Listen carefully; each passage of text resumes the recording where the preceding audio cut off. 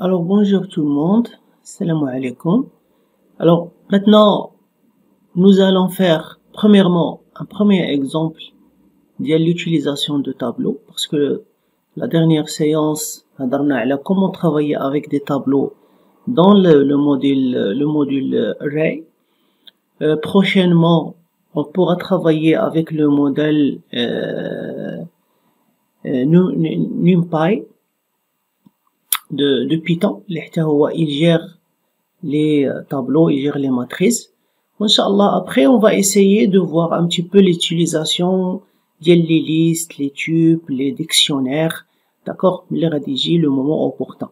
Donc rien pour rappeler, quand vous travaillez avec le module Array, donc vous travaillez essentiellement avec, voilà, je vais sur le tableau, comme ça c'est plus clair, d'accord, sur le tableau. Alors, je disais que on peut travailler, le contexte les tableaux de plusieurs façons. Alors, soit, par exemple, premièrement, moi je vous ai donné des exemples pour travailler avec, des modules, d'accord, des modules. Alors, soit vous allez travailler, on va travailler avec le module Array, d'accord. Donc, si vous travaillez avec le module Array, donc vous utilisez essentiellement des tableaux, d'accord. Vous utilisez des tableaux à une seule, d'accord, à une seule dimension,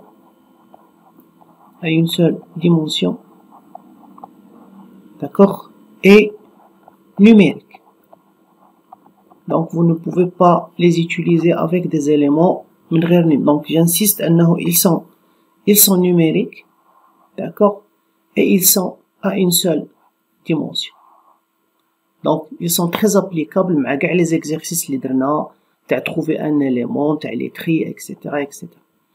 Après, peut-être, on travaillera avec, d'accord, le module NumPy, d'accord, voilà, NumPy.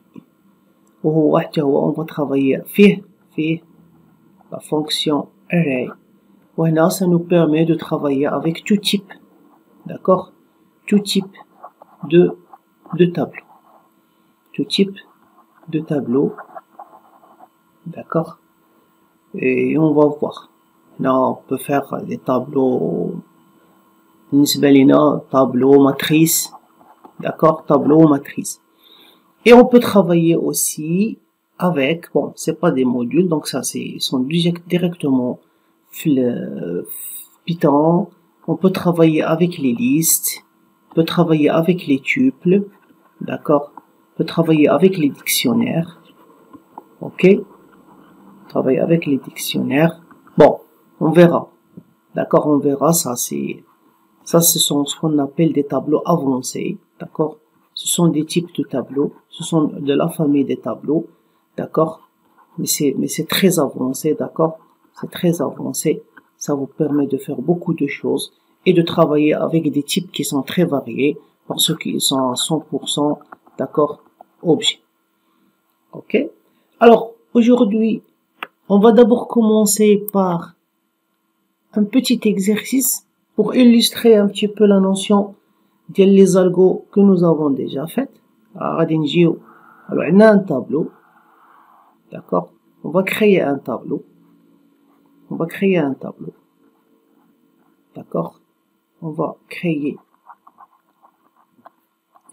tableau. Après, on va remplir le tableau, d'accord. Après, on va saisir une valeur, un élément. Après, on va chercher, d'accord, on va chercher l'élément. Si, d'accord, il existe, d'accord, dans le tableau. On va appeler hada A ou le T ou le je sais pas que ça nous met l'exercice. On va le remplir, ok. On va prendre l'élément X et on va essayer de voir l'élément X est-ce qu'il est là. Mais on va d'abord répondre la chose avec ce que nous avons fait algo. Après, on va voir qu'est-ce que Python, qu'est-ce que Python peut nous offrir pour améliorer et faciliter la tâche du travail. Alors, pour cela, j'ai préparé, on voit déjà un petit code. D'accord. Voilà, voir.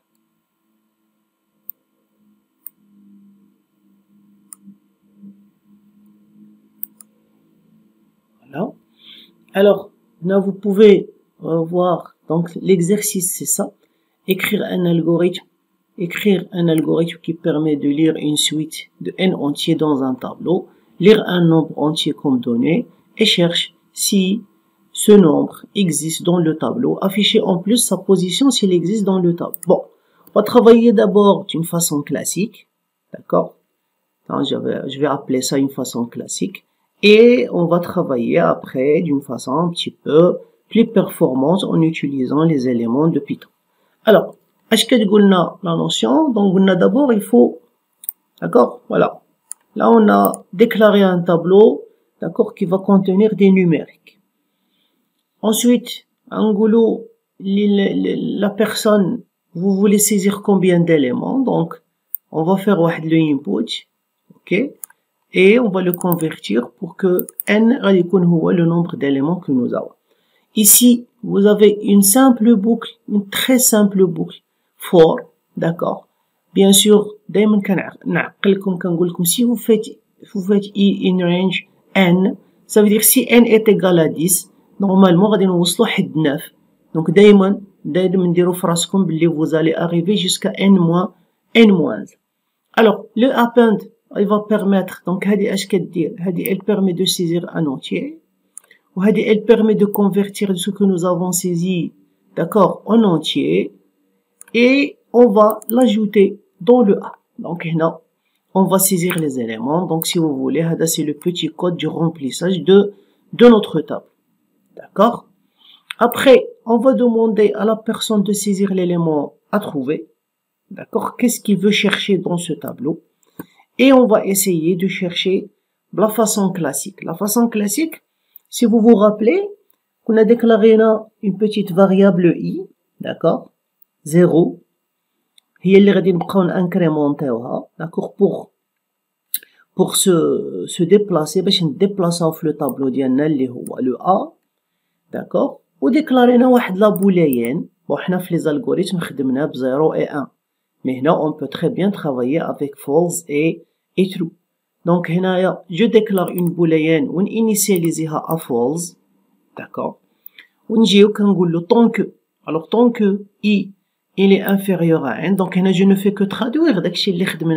Comme l'exercice, c'est l'exercice 17. Les algorithmes, c'est l'exercice 17. Donc, c'est i inférieur. Tant que i est inférieur à n, ça veut dire que nous allons la fin du tableau. Et tant que tr تساوي false, faites très attention, هنا عندنا and, d'accord.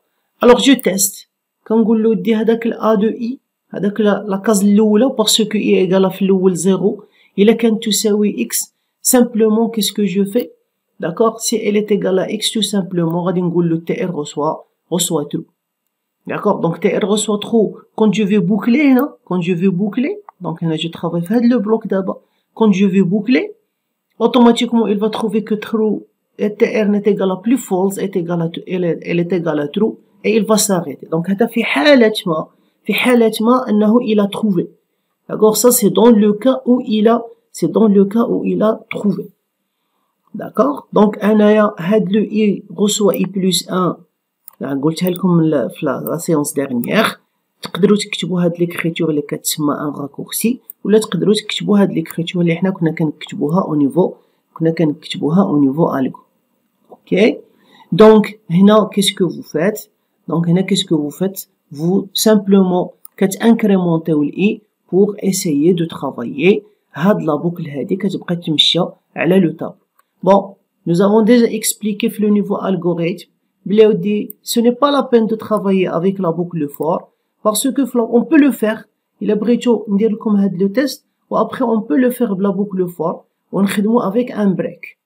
D'accord? On va travailler avec la boucle for et travailler avec un break. Vous allez voir, elle elle est pratique, mais j'aimerais bien أنه vous illustrez et vous utilisez la boucle tant que كما كتستعملوا la boucle كما كنستعملوا la boucle for.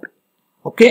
Donc en sortant de la boucle, d'accord, soit غادي يكون عندي TR, soit il est égal à false, ça veut dire j'ai parcouru كاع le tableau ما دخلتش هنا حتى مرة, ça veut dire j'ai pas trouvé, d'accord, ولا غادي نخرج بالTR تساوي true, ça veut dire دخلت هنا وفريمون لقيت ان élément qui est égal à x. donc هنا كنجي كندير un petit test très simple, كنقولو if TR, والبارح يعني donc هنا if TR c'est comme si راك كاتب, d'accord, c'est comme si راك كاتب if TR, d'accord, égal true, c'est la même chose, d'accord, c'est comme si راك كاتب هاد الكتاب هادي if TR بحال الا راك كاتب if TR est égal à true, d'accord, ou if not TR il بحال الا راك كاتب if TR est égal à false, d'accord, if not TR بحال الا راك كاتب if TR égal à false, d'accord. donc هنا عندنا بحال الا رحنا كاتبين if TR égal à true, d'accord, if TR égal à true هكا. le else ديالها donc الا كانت est égal à false, tout simplement غادي ندير واحد le petit print كنقول له x existe à la position, voilà, quelle position اللي لقيت, bien sûr هنا غادي نعطيه la position exacte, غادي نقول له دي elle se trouve dans la place 3 ولا la place 4 ولا la place 5, يعني بالحساب نتاع l'utilisateur. وهنا vous allez voir هنا c'est très simple, هنا on utilise les fonctions de Python, يعني au lieu d'écrire كاع هاد الكتابة حتى لهنا, donc au lieu d'écrire كاع هاد le code je peux écrire que هاد le code. كنقول له if x in A, si x existe dans le tableau, if x in A print x ديالي existe, نفس الميساج existe dans la position, وكنقول له A point index x, ça veut dire كنقول له روح شوف x il se trouve dans quel index, d'accord, وزيد عليه واحد غير باش الى parce que حنا لو طابلو ديالنا bien sûr il commence par 0, يعني لا x ديالنا راه في لاكاز الرابعه لاندكس ديالها هو 3, d'accord. دونك كنزيد هاد الواحد غير باش لوتيليزاتور من نعطيه نقول له راها في الرابعه, يعني ماشي راها في لاندكس 3, نقول له نو راها في الرابعه باسكو لي زاندكس كيبداو بزيرو, ولوتيليزاتور ما كان علاش نهرسو له راسو نقولوا له دير لي طابلو ديالنا كيبداو بزيرو, دونك راها في الثالثه اكسيتيرا, دونك اوتوماتيكمون كنعطيو له نقول له il se trouve dans l'index plus 1. هنا else ça veut dire il a x ne se trouve pas dans A, يعني vous avez واحد le petit if else qui remplace la boucle tant que, qui remplace tout ça, d'accord, بهاد les deux exemples صغيرين. bon, on peut faire un petit test si vous voulez rapidement, voilà. alors كيقول لي saisir la taille نتاع لو طابلو, غادي نقول له par exemple je vais saisir 5 éléments, غادي يقول لي عطيني هاد لي زيليمون. بون غادي نمشيو حنا غير بالعادي, 1 2 3 داكوغ 4 5. قال لي عطيني ليليمون ا تروفي, غادي نقول له قول لي فين جايه 4, داكوغ. نورمالمون 4 غادي يقول لي جايه في 5, داكوغ. فوالا قال لي 4 existe dans la position 4 existe dans la position 4, d'accord. voilà, donc هنا oui, donc l'index 0 1 2, donc رحنا هنا في 3 1 2 3 0 1 2 3, donc automatiquement قال لي il se trouve dans la position 4. donc واحد الميساج هذا نتاع la première ديال هادي والزاوج نتاع الاخرى. je peux refaire l'exécution, d'accord. غادي نقول له دي par exemple غادي نسيزي كي ديما 5 éléments, غادي نقول له عندي 4 وعندي 6 وعندي 7 وعندي 3 وعندي 1. يقول لي عطيني اليمون اتروفي, غادي نقول له 9. يقول لي 9 نيكزيست با, 9 نيكزيست با. وحده نتاع هادي, لا دوزيام نتاع هادي, داكوغ, ولا بروميير نتاع هادي, داكوغ. بون alors là on utilise un tableau d'une façon classique, ou là on peut utiliser les fonctions de Python. alors je vous ai déjà je vous ai déjà dit la dernière fois, faites très attention, très attention. Quand on réfléchit algo, il ne faut pas réfléchir les fonctions, les kainin ديال Python ou le langage utilisé, d'accord? On peut les utiliser. Parce que si vous avez des questions algo, ou là vous avez des exercices algo, vous devez réfléchir d'une façon, d'accord, algorithmique. يعني, par exemple, ما كايناش هاد لا فونكسيون ديال if x in a, ما كايناش index, ما كاينش. Donc, le cas où غادي تحط un exercice ولكن يقول لك en Python, vous avez tout à fait le droit d'utiliser les fonctions de Python إلا كنت حافظهم ولا كنت عاقل عليهم. Donc, c'était un simple exemple. Regardez, خدينا la traduction intégrale ديال داكشي اللي درناه في l'algorithme. كاع هاد لا بارتي هادي من la déclaration, on a déclaré le tableau, on a rempli le tableau, on a saisi l'élément اللي بغينا اننا نخدمو بيه, درنا une petite recherche نتاعنا, درنا un test, درنا un compteur اللي بقينا حنا نعقلو فيه dans quelle phase nous sommes arrivés, d'accord, et ainsi de suite jusqu'à quoi? Jusqu'à l'affichage de l'élément existe ou n'existe pas. D'accord? Voilà. Donc, je vous remercie pour cette première partie.